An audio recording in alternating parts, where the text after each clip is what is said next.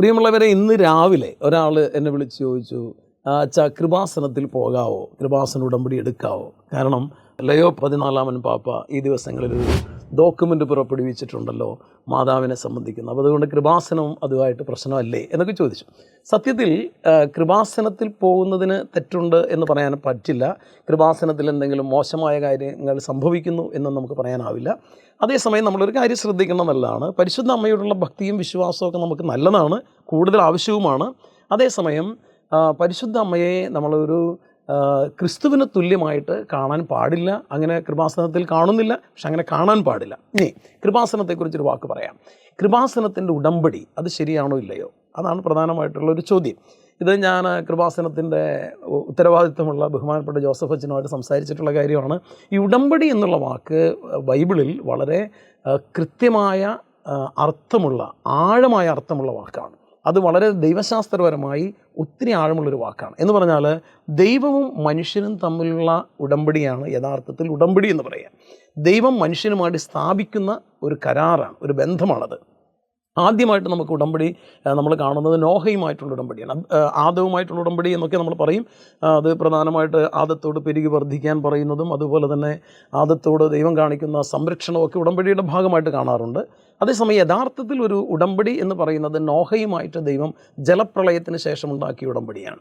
രണ്ടാമതൊരു ഉടമ്പടി കാണുന്നത് എബ്രഹാവുമായിട്ട് ദൈവം ഉണ്ടാക്കിയ ഉൽപ്പത്തി 12 അധ്യായത്തിൽ കാണുന്ന ഉടമ്പടിയാണ്.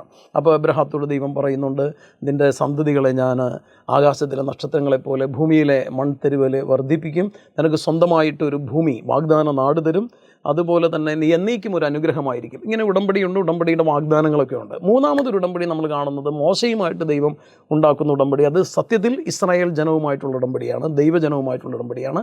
അതാണ് സീനായി ഉടമ്പടി. നാലാമതൊരു ഉടമ്പടി എന്ന് പറയുന്നത് സാമുവേലിൻ്റെ പുസ്തകത്തിലെ 2-ാമത്തെ പുസ്തകത്തിലെ 7-ാം അധ്യായം 12 മുതൽ 14 വരെയുള്ള വാക്യങ്ങളിൽ നാത്താൻ പ്രവാചകൻ ദാവീദിനോട് പറയുന്ന ഒരു ഉടമ്പടിയുണ്ട്. നിൻ്റെ രാജ്യം എന്നേക്കും നിത്യമായിരിക്കും, നിൻ്റെ ഔരസപുത്രനെ ഞാൻ ഉയർത്തും. വാസ്തവത്തിൽ അത് മിശിഹായുടെ വരവനെ സംബന്ധിക്കുന്നതും ദൈവരാജ്യത്തെ സംബന്ധിക്കുന്നതുമായ കൃത്യമായ ഉടമ്പടിയാണ്. അപ്പോൾ ഇങ്ങനെ 4 പ്രധാനപ്പെട്ട ഉടമ്പടികളാണ് പഴയ നിയമത്തിലുള്ളത്. പുതിയ ഒരു ഉടമ്പടിയെക്കുറിച്ച് ജെറമിയ പ്രവാചകൻ പറയുന്നുണ്ട്. 31-ാം അധ്യായം 31 മുതൽ 34 വരെയുള്ള വാക്യങ്ങളിൽ ജെറമിയ പ്രവാചകൻ പറയുന്നു പുതിയ ഒരു ഉടമ്പടി. ആ ഉടമ്പടി എന്താണെന്ന് വെച്ചാൽ ഇതുവരെ സ്ഥാപിക്കപ്പെട്ട എല്ലാ ഉടമ്പടികളെക്കാളും അതീതമായി നിലനിൽക്കുന്ന ഒരു ഉടമ്പടിയാണ്. ഇത്രയും മോശയുടെ ഉടമ്പടി കൽഫലകത്തിൽ എഴുതിയെങ്കിൽ ആ ഉടമ്പടി എഴുതുന്ന ഹൃദയത്തിലായിരിക്കും. അതാരും വ്യാഖ്യാനിച്ച് തരേണ്ടി വരില്ല, എല്ലാവർക്കും അത് ഗ്രഹിക്കാനുള്ള ജ്ഞാനം കർത്താവ് തന്നെ തരും എന്ന് പറയുന്നുണ്ട്. ഈ പറയുന്ന എല്ലാ ഉടമ്പടികളുടെയും പൂർത്തീകരണമാണ് സത്യത്തിൽ അന്ത്യത്താഴ സമയത്ത് യേശു സ്ഥാപിക്കുന്നത്. പരിശുദ്ധ കുർബാന സ്ഥാപിച്ചതിലൂടെ രക്തത്താലുള്ള എൻ്റെ ഉടമ്പടി എന്ന് പറഞ്ഞ് സ്ഥാപിക്കുന്നത്. അത് പൂർത്തീകരിക്കപ്പെടുന്നതോ കുരിശുമരണത്തിലാണ്. അപ്പോൾ എല്ലാ ഉടമ്പടികളും ക്രിസ്തുവിൽ ചെന്ന് നിൽക്കുന്നു എന്നുള്ളതാണ്. ക്രിസ്തുവിൽ പരിപൂർണമായിട്ട് നിറവേറ്റപ്പെടുന്നതാണ് എല്ലാ ഉടമ്പടികളും. നോഹയും എബ്രഹാമും മോശയും ദാവീദും എല്ലാം ക്രിസ്തുവിൽ പൂർത്തീകരിക്കപ്പെടുന്നു. അപ്പോൾ അതിനപ്പുറം ഒരു ഉടമ്പടി നമുക്കില്ല. യേശുവുമായിട്ടല്ലാതെ വേറൊരു ഉടമ്പടി നമുക്കില്ല. യേശു നമ്മളുമായിട്ട് ഉടമ്പടി സ്ഥാപിച്ചിരിക്കുകയാണ്. ഇനി നമുക്ക് ചെയ്യാവുന്നത് ആ ഉടമ്പടി നവീകരിക്കുക എന്ന് മാത്രമേ ഉള്ളൂ. അപ്പോൾ പരിശുദ്ധ അമ്മയുമായിട്ട് നമുക്കൊരു ഉടമ്പടി സാധ്യമല്ല സത്യം പറഞ്ഞാൽ.